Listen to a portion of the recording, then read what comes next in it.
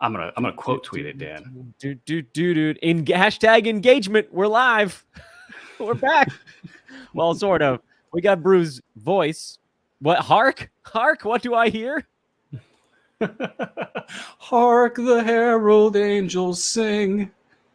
I was actually hoping for an arf, but that was pretty good too. Glory to the newfound king. What's going on, everybody? Welcome back. I got to figure out how to do the right intro here because this is also going to be simulcast as the actual weekend fantasy NBA Today episode. But this is sort of the little bit of pre-show. We're waiting for folks to file in. We're live. There's a handful of you that were actually sitting and waiting, which is awesome. A tweet went out that we're rolling now, so I'm going to casually retweet that with the retweet of the word. I'm actually going to write the word retweet as my quote tweet. That's how clever I am. But it's good to be back. And I wore a fun shirt. It says Dare to Bowl on it. I don't know if that's getting into the camera quite right. Brew, I'm sure you're wearing a fun shirt behind your broken camera. Am I wearing a shirt is the operative question. Hey, that would be fun too. Hey now. Hey there. No, I think we should sing this show, Dan. Can I beatbox it? Can I give you a bass line and you can just answer all of my fantasy questions in a sing song? Without talking about anything else, just fantasy sports and nothing else. What's up here with to Beal? Answer your fantasy questions. Half the league is out with COVID. I don't know what to do about it. Oh, that's on the list. So here we go. I guess I'll try we're going to do a real opening here so that I don't have to so we can actually publish this with a straight face? Yeah, well, mostly so I can put the audio version out without having to re-record the opening. So here we go. Happy Friday, everyone. Welcome to Fantasy NBA Today Live. We're back. It's been a while. It's been a minute. Brew, do you remember the last time? By the way, I'm with Aaron Bruski. I'm Dan Besbris. Do you remember the last time we did a Fun Shirt Friday show? I think it's been 2 years. Yeah, I don't think I had a living child on the planet, unless you count child in womb. I guess that you have to count child in womb, but I'm pretty sure it was before Skylar was born. So it's been more than 2 years. How old is my son? Yes, that is correct. Counting on you for that. That's, wait, September 2019 or October 2019? That's correct, September 2019. All right, there you go. So late the 2018-2019 season, we probably were still doing these shows. And then 2019 happened, which, of course, ended early. Last year was never meant to go the whole way. And now this year, we are in it, man. It's COVID, and it's coming in hot. And we're going to have to talk about it a little bit on today's show. But, of course, this is live. YouTube chat room is happening. I can see it over there on the side of my screen. For those of you that are listening to the audio version later, if you want to be a part of this, we're going to be attempting to do this basically every Friday through the season. We're bringing it back. Brew's going to work on his camera. I'm going to rotate through silly shirts, which, again, you can't see if you're listening later on, but you can if you're watching. I am Dan Besbris. He is Aaron Bruski, the founder of Now Sports Ethos. And I feel like I have to reintroduce everybody to what we used to do on these shows. For those that don't remember, our Friday shows were I assembled a list of something like 5 to 10, what I thought were kind of big ticket items that happened over the course of the previous 6 or 7 days. I ask Brew about it. We laugh, we joke, we cry, and then we take questions from the chat room. So if you're in the chat room, feel free to drop some questions in. Many of you, I'm guessing, had never seen one of these live shows we did 2.5 years ago, but you're in it now. The questions are starting to come. And before I dive into the very first big ticket item, Brew, it's good to be back with you on this thing, man. It's been too damn long. Yeah, tell me what that shirt says. All I see is DARTO. And I deprived you of your sip of water because I just went right into a question for you. Bowl. Oh, Dare to Bowl. Yeah.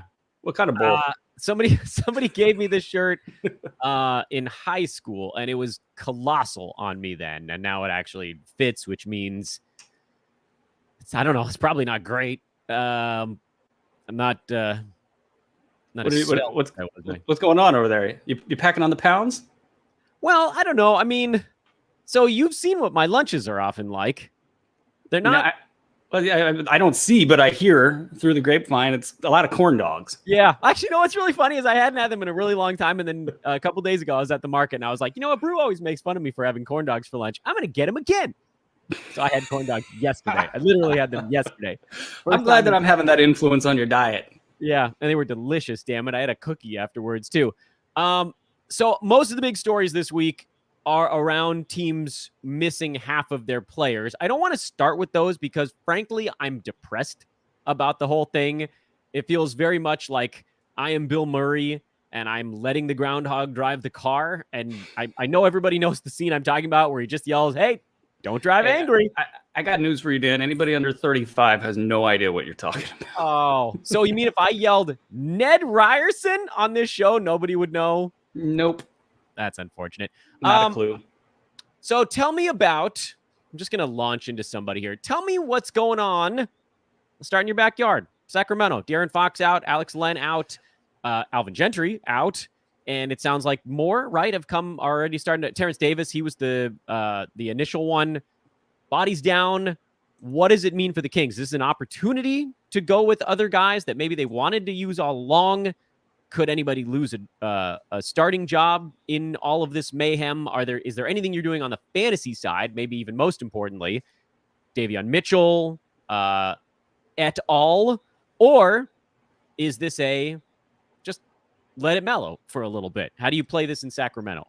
There's a lot of probably non-fantasy stuff that's a little more it's a lot more interesting. And actually the impact of this though is, if you could see a Doug Christie coached Kings, I think it would unlock De'Aaron Fox when he returns. Gentry does have them running, and that's key for De'Aaron Fox to get him some better percentages and just overall better effectiveness. But if Doug coaches, you're going to see that be the rising tide that lifts all boats, and you're going to get guys like Harrison Barnes or Sean Holmes back up to like 35 instead of 75, where they've been at. Tyrese, I think right now, this might be, you got like 4 hours to get a final buy low offer in. However long De'Aaron is out is kind of up for grabs, but the team is already kind of quasi Tyrese's. Anytime they need something smart, they go to him. Now, if he's running the team the entire time and they're telling him, hey, we really need you to score, you start to see these max lines that we haven't even come close to this year, as he's been a top 40 value already. So it's exciting for him. Now you look down roster and Davion Mitchell, I would say this, I don't like the stat set. I don't like the overall value proposition here, but I do think if this team does go to Doug Christie at some point in time, which is like the question of the day in Sacramento right now. And I probably won't even get into some of that, but like, oh, by the way, while you were talking, Davion Mitchell is now listed as questionable due to protocols. So is he in them? Apparently. Yeah. And that's been the talk of the town as well, is like, they don't know how bad this is. This thing's really just kind of like, it could be even more. And so deep sigh. If Davion Mitchell was theoretically in, and if you were thinking like, okay, what about Davion Mitchell? Because, whatever happens this year, he's going to really struggle in the steals and blocks department. And then his efficiency is going to struggle. Even if he plays well offensively, he just doesn't get enough easy shots. So he'll be a low percentage guy. I think he's a late round guy in a best case scenario. So just keep that in mind as you're looking at your ads. Terrence Davis, same thing. I think he's going to have big 5-game sequences followed by big 5-game droughts. So kind of plan accordingly, because you can catch him on a hot streak as he did a couple weeks back. And that can be extremely valuable for your squad. But Medu is the guy that I keep, I've stashed him everywhere for the last 3 to 4 weeks. I think he's a top 100 player in the last third of the season if the Kings are not in the playoffs. If they are in the playoffs, it's going to be up to him and whatever happens during the trade deadline or leading up to the trade deadline. That's going to determine if he really gets cut loose. But if he can be a 25-minute per game guy, he has a nice stat set, and we haven't even really seen him optimized yet. They keep tossing him the ball at the end of the shot clock. He's probably got at least 20 field goal attempts that he shouldn't have taken this year, because everybody's like, hot potato, no, you take it. He takes it and then he misses because it's a tough shot. He should be like a 45% player instead of a 41% player. And currently his splits at about 165, I want to say, over the last 2 weeks. So he has room to go up, and I like him as a top 100 guy if he gets cut loose. And I like his fit with the team, too. So he's the one I'm looking at the most. I was contemplating whether or not we wanted to go the reality route. It sounds like beyond May 2, if I'm reading your response properly, it's basically just look for a truckload of Halliburton, provided his back can hang in there. Is that the and that's he's got a thin frame, and that is a little bit of a question mark. Is how much does he hold up after some of these hard hits? A couple times he's had 250-pound players land on top of him, and he's about $150. So that's what you're seeing there.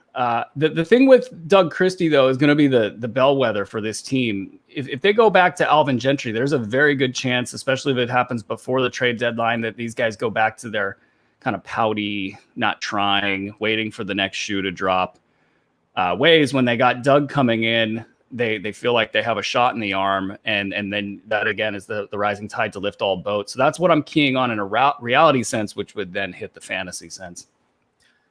I wanted to start with Kings because they are in your backyard. I want to pivot to the guy who was the static image for this show coming in, and that's Isaiah Hartenstein, who you've been talking about for a couple of weeks now, and really, he bust through a couple games back after all of that. The minutes have trended up. I want to sort of flip this question on its head because I know a lot of folks are like, yes, he's rolling right now. What are the concerns you might have around Hartenstein going forward? PG and Batum are still out. Does their return, does that push Marcus Morris sort of up the board a little bit? Are you concerned about minutes being not as available, or is he now set to overtake Ivica Zubac potentially and then continue on that current path? What do you see his sort of, there's almost like a snake-like trajectory here, if I can try to paint a picture a little bit. But I know you've been on him pretty hard, and like all year. He's been on my squads like all year long. And I had a big punt center strategy going on in leagues, and basically looking for, trolling the bottoms of leagues and these 200-player leagues for actionable center pickups. I kept looking at him because he was sitting there at about 175, and he crept up to 160. And then, we set in the free agency work that we did over the summer, I had him really high on the big man list, and he just got handed to the Clippers. It was like everybody was falling asleep or whatever. But so we knew he was good. And then watching him play, it was pretty astonishing how much weight he's put on and how he's been able to carry it. He hasn't lost any of the lateral quickness, but he's probably about 20 pounds stronger than he was when he came into the league with Houston. So he has this really, and it's funny, it's kind of like Rashawn, different games, different abilities and on the offensive side, but like pure defense, Rashawn is his ability to be both strong and quick really makes it an easy decision to have him on the court. And what he brings offensively just is icing on the cake. And that's why he's been so great. Isaiah's a little bit different offensively, where he's more of a connector, and he has, you notice his assists are real nice.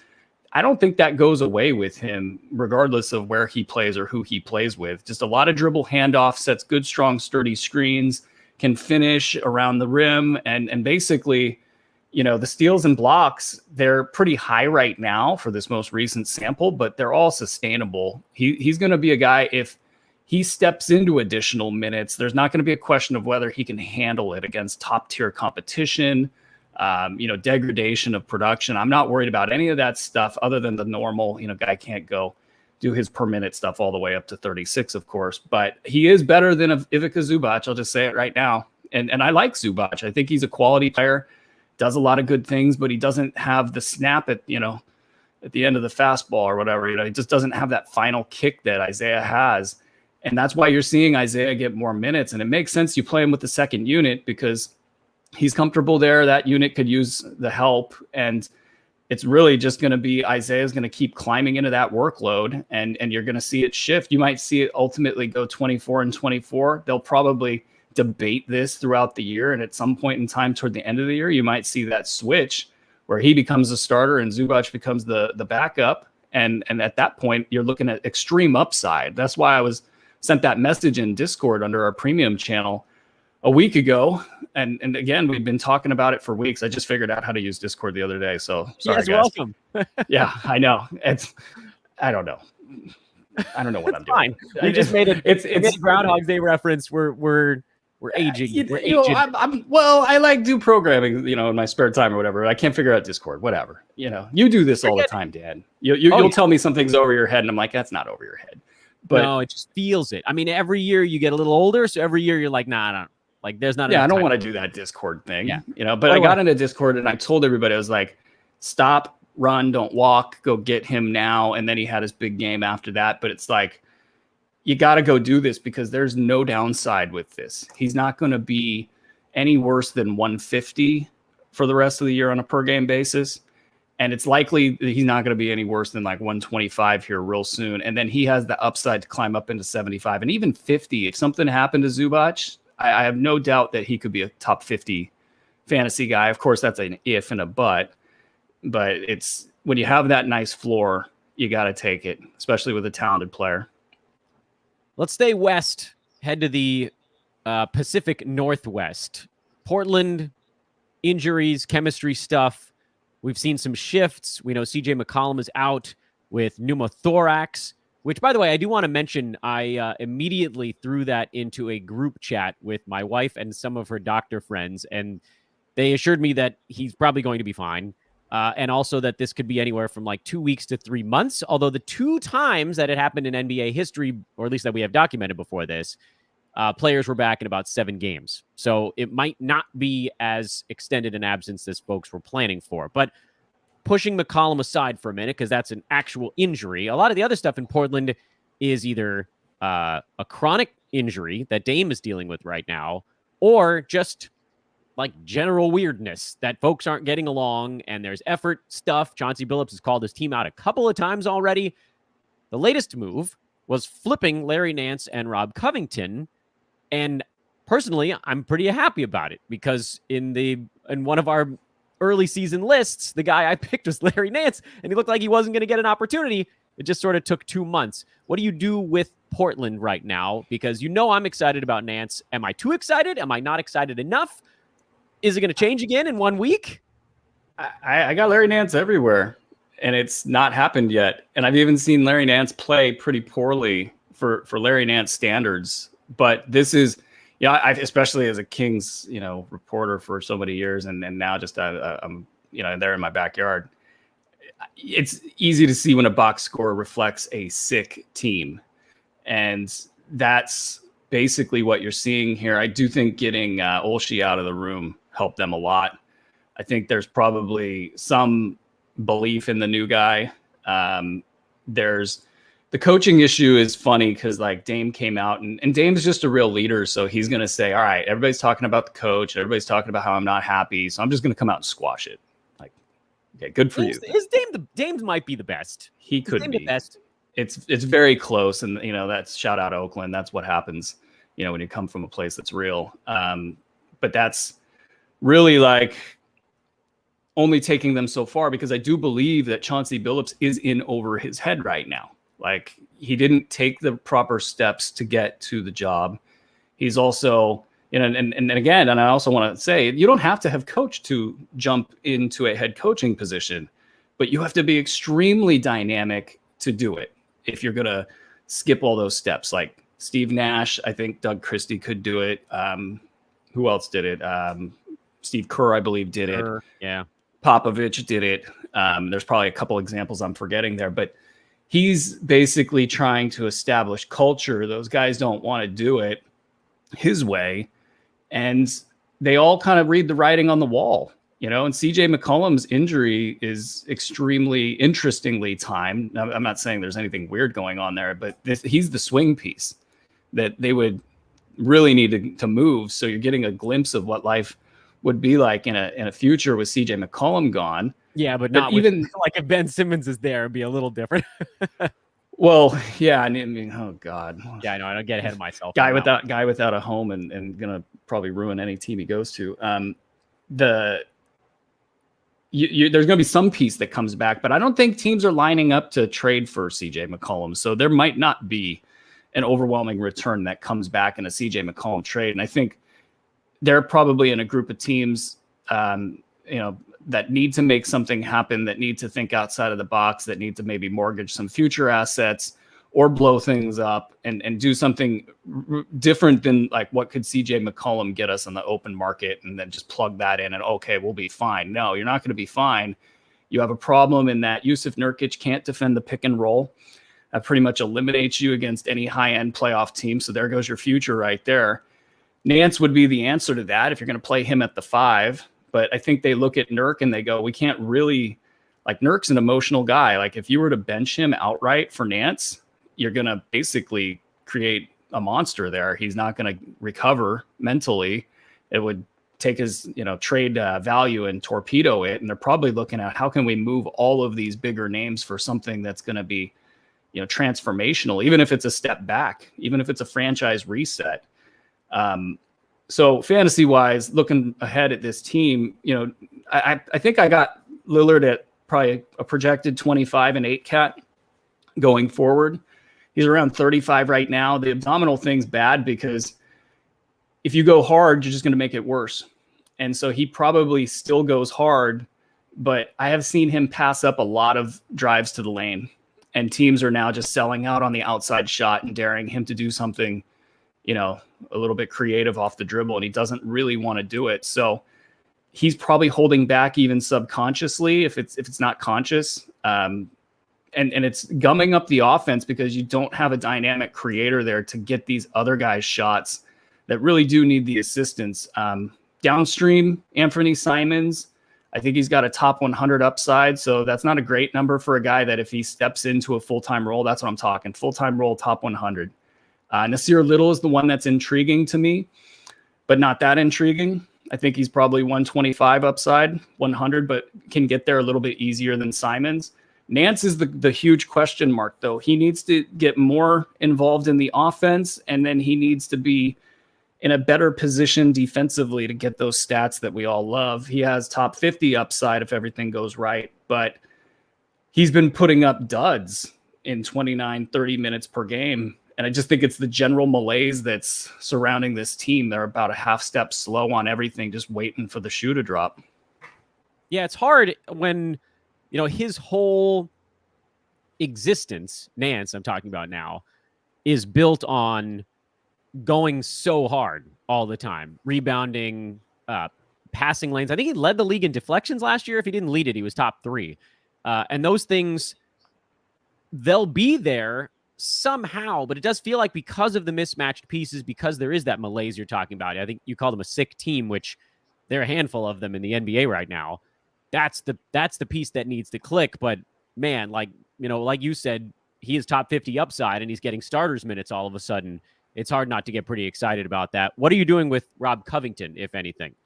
I wasn't high on him coming in the last, say, 2 to 3 years. I think he's got a serious knee issue that he's just kind of dodging at this point. He looks pretty good right now compared to where I thought he would be.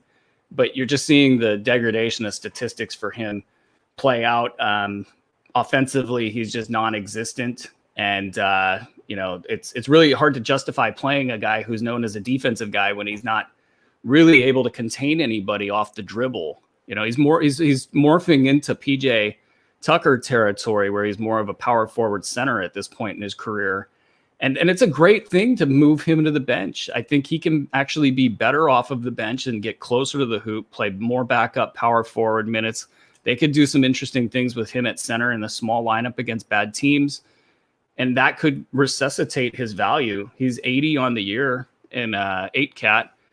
And that's a really good number. But I just think that's like his peak number. And I think the fall off could be significant. Kind of in the spirit of Matisse Thybulle, where, he's giving you top 50 for stretches. And then all of a sudden, because he didn't get any steals or blocks in a game, it's like brutal. It's like playing a guy that's not even playing. And so I'm fading Covington, obviously, by those comments. And I think people would be wise to move him before things get complicated. If they take on a trade where they give like more players back rather than less players that are maybe average players, above average players, whatever that looks like, he could get marginalized real quick. What's up with Bradley Beal?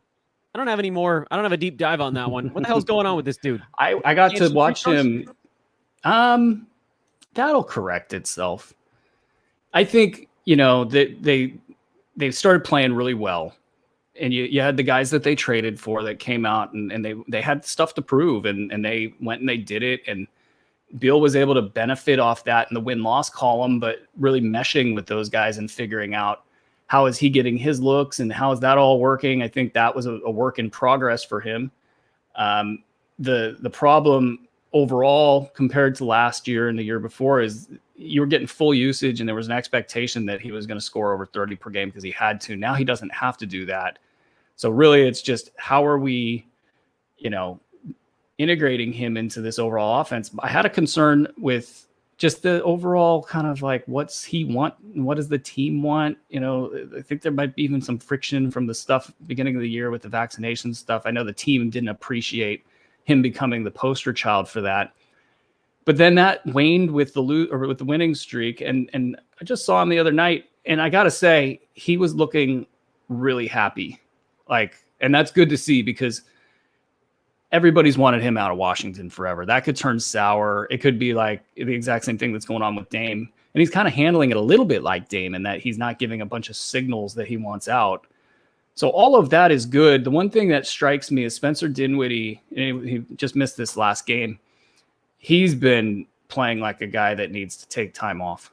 And that in of itself could also be contributing to the Bradley Beal issues because this is a piece you paid a lot of money for. You want him to be good because you need him to be good. If that's your identity, he's got to be a part of it. And he's out there not able to give you anything. And it wouldn't be surprising if he came back too soon and that they got to pull back on the reins a bit. And then this team sort of yo-yos around. But that could be the thing that also kickstarts Beal. So I'm also not – I kind of got both him and Dame in that same range. 25-30 is my valuation there. And that gives you a little bit of upside if he becomes the man again and just starts cranking. Gives you a little downside protection in the event that Washington goes sour. He decides it's not worth pushing through for this team, whatever ends up happening with them, or even just the fact that they got good players finally makes him more of a top, say 18 guy as far as his baseline goes, rather than the top 10, 12 guy that people think he is. I'm going to wipe one thing off our list because I want to go a little farther on Beal. If you've got him near the top 25 right now, I think you could get him based on some of the polls I was running on Twitter for guys in the 40s at this point. So it sounds like you'd be pretty pro making that type of move. Yeah, I had somebody I got questions in Discord, which shameless plug. If you're a premium member, basically you get to ask me questions and I answer them right there on the show. It was like Lonzo, Levine, and John Collins were the three that I got posed. And I said, Levine is first, Beal is second, Lonzo is third, and then Collins was obviously fourth. And reason being with Lonzo, even if everybody went out, all of his teammates went out, he still has the same role, kind of no matter where he plays, no matter what. It just hovers at 40, and then he's good like that. Yeah. And so you don't have the upside there, but Levine can crank up to top 15 pretty quick. Yeah, I mean, I forget the exact names we threw into some of those polls. I think Levine was one of the very few that just clobbered Bradley Beal in a head-to-head. Who would you rather have right now? But among the other names, it was a pretty even split among guys that ranged between Levine, who's 27th in 9-cat right now on a per-game basis, and all the way down to Booker's at 43. I think I went farther than that down the board, and it was fairly even. So it sounded like you can get Beal right now for guys in that 35 to 45 range without, and especially in 9-cat. In 9-cat, he's getting crushed with the turnover number, and so you can just market his current rank per game right now and say, hey, look, 90 or whatever he's at. You might be able to toss a 50 or a 60. I don't know about 60, but 50 might do the trick with a buzzy name. You never know. Okay. I'm glad we went one step further on that. Devin Vassell, one of the guys I know you like. I thought we could bring him back up. He's finally back from injury, slowly ramping back up again. What's his path look like the rest of the year? I love it, man. And I really wish that I'd gone a little bit more aggressive on my ranks with him because I just knew. And in fact, I knew because I had him on rosters last year when he wasn't quite getting up over the hump. And you just saw it in him that he's got this versatile game. He's got a toughness about him. He's got scoring ability as well on a team that sort of lacks it. And so he's been doing his thing in low minutes and, 24 minutes per game, giving you late round value with that. That's your floor. That's what you rely on if you need to. This is the high-low I always talk about, so you get that minimum benefit from him in a worst case scenario. And then the thinking is you've got a couple injury prone players ahead of him. And especially with Derek White, if Derek White goes down as he typically does, you're looking at probably top 60 upside with Vassell if he ever gets cut loose. And this is also a team that really doesn't have any postseason aspirations. So that last third of the season could have his name written all over it. So it's a must roster player if I've ever seen one. And I kind of think he'll finish in like the top 75 on a cumulative basis at the end of the year, 8 and 9 cat. Don't you put that evil on my sweet Derek White, by the way. I'm not going to, hey, I love the Spurs. Love me some Derek White. What an incredible buy low opportunity that was when he was shooting 37% and was ranked like 130. That's a nasty team once they and shouts to DeJounte Murray, man. Like, talk about taking on a workload and just not even blinking. He's just having a great season, and that's good stuff in Spurs land. That is good stuff. Good stuff out in Spurs. Except for Jakob Poeltl's 30. Can I shout out that free throw percentage is Shaq? It's like Shaq-ish. And I don't know if we've seen one like that in a while. It's been a minute. Somehow, by the way, I know the answer to somehow. It's called weighted averages. Somehow Giannis actually is still a bigger drain. Still crushing, yeah. Huh. By a little, only by the tiniest bit. They're very close. The fact that anyone is even remotely close to Giannis is actually kind of incredible. Well, I know you've been doing these engage. I'm glad we had the engagement seminar at Sportitos here. Yeah, we got to have engagement. I'm appreciative of your polls. And then what was I going to say? I'm like laughing right now. Was it the weighted field goal average one? Yeah, the weighted field goal. What's Christian Wood? I don't know, actually. It's hard for centers to be bottom of the barrel there. In free throw, I think he's in like the bottom 6 or 7. Okay. He's not the worst of all time. That's good. Christian Wood is not. Giannis is the worst free throw impact guy right now. Then it's Jakob Poeltl. And then Wood is in that next group. There's a little bit of a jump there to sort of like the Christian Wood, Rudy Gobert. Who else am I forgetting in that same bucket? I guess Clint Capella hasn't been very good. He's not taking as many. But yeah, okay. You know what? Christian Wood, I think, is third from the bottom. It's also possible there are other players that my list only goes through the top 200. So there might be someone who's been so terrible that they're off the board. But at least among players ranked inside the top 200, Christian Wood is the third worst free throw shooter by weighted averages in fantasy right now. That's tough to stomach. I'm glad we figured that out. Yeah, these are fun. Well, I can't use that trivia question anymore. People are going to have a running start on it now. I want to do one more sort of bigger picture question for you, and then we're going to lightning round a few from the chat room. Probably not as many as usual today as we'll typically do on this show. I have to go in about 15 minutes here, 14 now, so I better stop talking. I'm debating, Brew, between two things, and I ended up falling on the New York Knicks. Now, I know they're dealing with a ton of COVID stuff. I don't want to talk about that because that stuff is all very illness dependent and temporary. What I do want to talk about is the centers in New York because they've been completely eliminated from existence. They're like on a different plane with the way the Knicks run their offense right now. It doesn't matter who's playing center, who's starting, who's getting minutes. They're not doing anything. Is this something that gets fixed this year? It feels like it's kind of Julius Randle related. I don't want to put blame anywhere, but just the way that everyone kind of has to clear out, that means Mitchell Robinson, Nerlens Noel, they're not in the spots they want to be. Minutes keep bouncing back and forth. Mitch Rob had a really good game yesterday. Noel had a couple of serviceable games when he jumped into the starting lineup.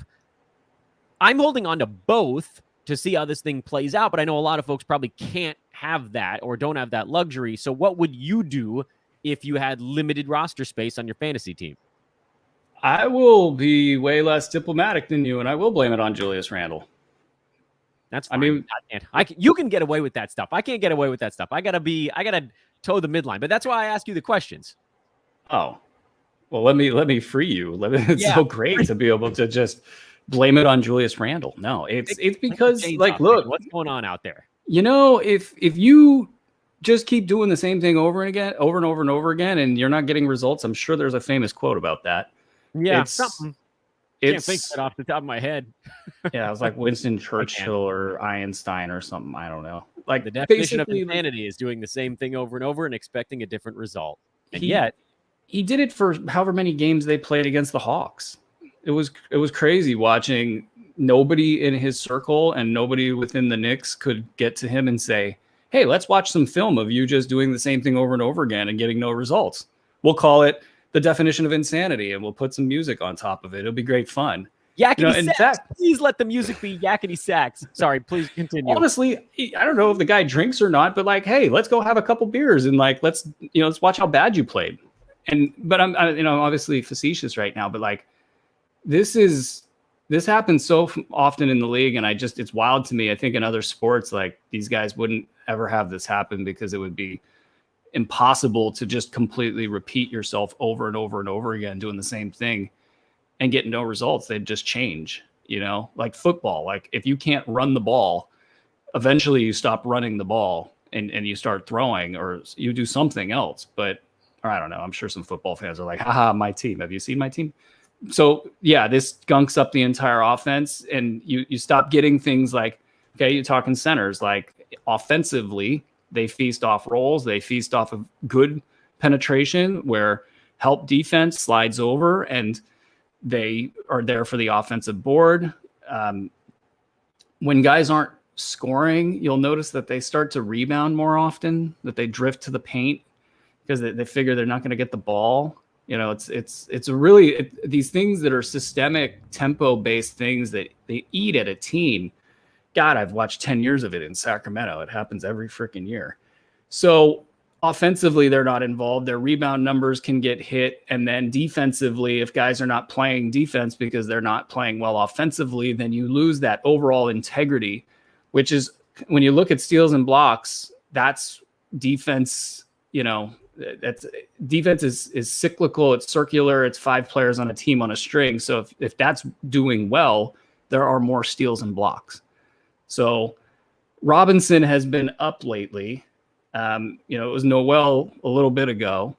I think these guys deserve spots on rosters. I think you just got to kind of plug your nose and try to use them when it's appropriate, find other options, move them after big games. I mean, it's kind of a catch-all kitchen sink approach you got to take with bad assets, because they're not going to get better. And as far as Robinson goes, he shouldn't have put on all that weight over the summer. It was a bad move to do so. And then Noel is just, unfortunately, he's got a lot of mileage and he's an injury-prone guy. And if things aren't perfect, he can fall, real quick. So I don't like either of those assets. And it's going to take some sort of, come to Jesus that I don't think's coming. Like how many times have we lauded Tom Thibodeau for his offensive genius and making changes? It's never happened. I watched him run the same Carlos Boozer, Derrick Rose pick and roll action when they were actually in a position to do something in the playoffs, and he ran it into the ground and everybody and their mother knew it didn't work, and no adjustment. So sorry, Knicks fans. Crap. Well, while we were talking, Russell Westbrook was actually just cleared from protocols. So apparently, hey, Lakers got to get better. Lakers got to get better test kits, man. That's LeBron, false negative, Monk, false negative, and Russ, false negative. What's going on, man? Who's their tester? Who's doing this? Or maybe they caught these things at the tail end of an asymptomatic positive. Also, that could be it. Yeah. Also a possibility, because they weren't testing asymptomatic players up until about 2 weeks ago. So who knows what's going on out there. But Russ is back. Lakers are in a slightly less shorthanded position as they take on Minnesota. We will file the rest of the big stories for another day. I have exactly 6 minutes before the sitter has to go. So I'm going to start at the top, which, by the way, this is a good lesson to all of our delightful live viewers. By the way, hello, everyone. This is a pretty good showing here for first show back after a long while. Get here early. Ask your questions early because we're not going to get to the ones at the end of the board. We are going to go super fast. Again, 6 minutes. I'll give you 5 seconds per response. Is Dan's bed made? That is a great reference to only 10% of people in the United States make their bed. Bruce got wise guy money on the no. Brew is right. I haven't made this bed in how long have I had this? People who make their bed after they wake up are weird. I completely agree with you. You're just getting back into it, and nobody's coming in this room. This is except for all of the internet, Dan. Yeah, except there's fantasy teams named after your bed. Okay, so that's 30 seconds. We just blew 30 seconds on your bed. But that was great, though, because the day we found out that you had a team in one of your high-stakes leagues named Dan Besbris' unmade bed, that's when I knew this was the career for me. Let's see. Are you taking strategy questions? Games played. This one probably a little too long for lightning round. Chris, that's a fantastic question. I promise I will take this one over to Twitter later on today. I'm not going to close this window, and I will get back to that. What's Andre saying to you right here? Is that a name, or who is that? That's Nemius. He's making things up. Andre, you're making things up. I can't. If he's been confirmed that he's with the team, I haven't seen the reports from today. Like Dan, I'm basically full-time dadding. And, you're gambling big time. He's not able to stay on the floor. He might not make it into the game. So I'm going to go with no. I thought Andre might have been speaking Portuguese to us there for a minute. What's up, Andre? We love you, buddy. I have stashed Kelly Olynyk, but it also means I won't be able to stream. What do you do when you no longer have a streaming spot? Make the best of the remaining medical spots. Question. Yeah, make the best of the remaining spots. That's the best advice I can give you there. And if you're losing, turn your stash spot back into a streaming spot. Is it time to trade Mo Bamba and Derek White? Have they peaked? That's a pretty good question. The answer is no. They have not peaked. This is their baseline, both of them. Yeah, I love Derek White. There are injury risks though. I will say this about Bamba. At some point in time, we will get a report that Jonathan Isaac is still on the planet. We might at some point in time. Might be 2024. Oh my God. I squatted on that dude in a keeper league thinking he was going to play this year. Should I drop Chris Duarte for Isaiah Hartenstein? I'm going to add the rest of the letters into that last name. Yes.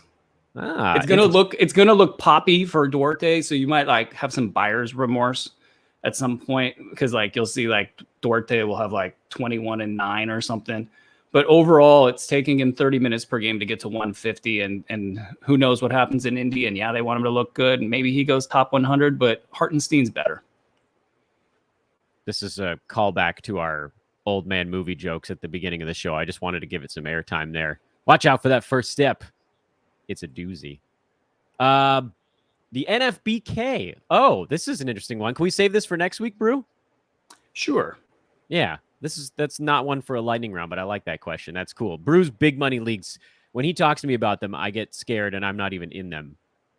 That's how that works. Very strong. Ooh. What do you do if your team is basically too damn good? Andre, I have to assume that you're clobbering people, but this is an interesting spot that sometimes we find ourselves in where our team is kind of stacked and luck is on our side for a little bit and people are healthy. Is there anything you can do there, Brew, if you can't really make a 2-for-1 trade, or you just ride it out and then when one of those guys tapers off, that's when you start to get more active again? 2-for-1, I don't know. You got to just make it happen. If you have that much margin to play with, if you're sitting on that much value, you might take a loss in a trade just to consolidate some of that value, knowing that you're going to end up picking up more off the waiver wire. 1.5 minutes remaining. Miles McBride, anything to do there? Nope. The answer or the question is correct. The value will evaporate. Jared Vanderbilt or Chris Boucher or Larry Nance? Vanderbilt over Boucher because Boucher is basically out here pretty soon. And then Nance is To me, I don't know. I'm gonna go with Vanderbilt over Nance just because he's at 80 right now and has a pretty strong role. They're rolling pretty well. He could continue at 80 for the rest of the year. I've got some reservations about him, and this might end up biting me, but I'll go with Nance underneath Vanderbilt. Any concern about Daniel Gafford? Yeah, I mean, I think there is an injury issue to worry about. I think that he's going to be on route to a top 80 season. I like the way that Jamal Mosley was talking about how much he likes Daniel Gafford, and I'm not that worried about Thomas Bryant, though that is another hurdle to clear upcoming. He's just, to me, I think you rate him as a 23-minute per game injury risk that's got a pretty consistent role and output, and he's going to give you top 100 numbers, and then he has the chance to improve, which was what Mosley was talking about the other day. And the last lightning round question, we talked about both of these guys, Rocco versus Hartenstein or Hartenstein. Ooh, I'm getting asked, do you drop a top 80 player for Isaiah Hartenstein? And I'm going to say the answer is yes. Ooh, and that is the one we will end on. Take it to social if you've got any follow-up here. The next one will be a little bit longer. This one was 45 minutes. We'll probably go an hour on most of these going forward. Brew, mwah, hugs and kisses to you, my man. It's good to be back. Toodles. Remember to check your mail, dog. Check your mail. Now I'm concerned. Check my mail. Bruce outside, apparently. This is Fantasy NBA Today live edition. Thanks so much, everybody in the chat room. Again, next time we'll do a little bit more of the lightning round. It's good to be back. We'll talk to you guys in a week. For Brew, I'm Dan. I probably should have taken those questions off the board so you guys can see our Twitter handles on the screen, at Dan Besbris, at Aaron Bruski. I'll get the direction I'm pointing right. Follow us on the Twitters, and we'll talk to you over there. So long, everybody.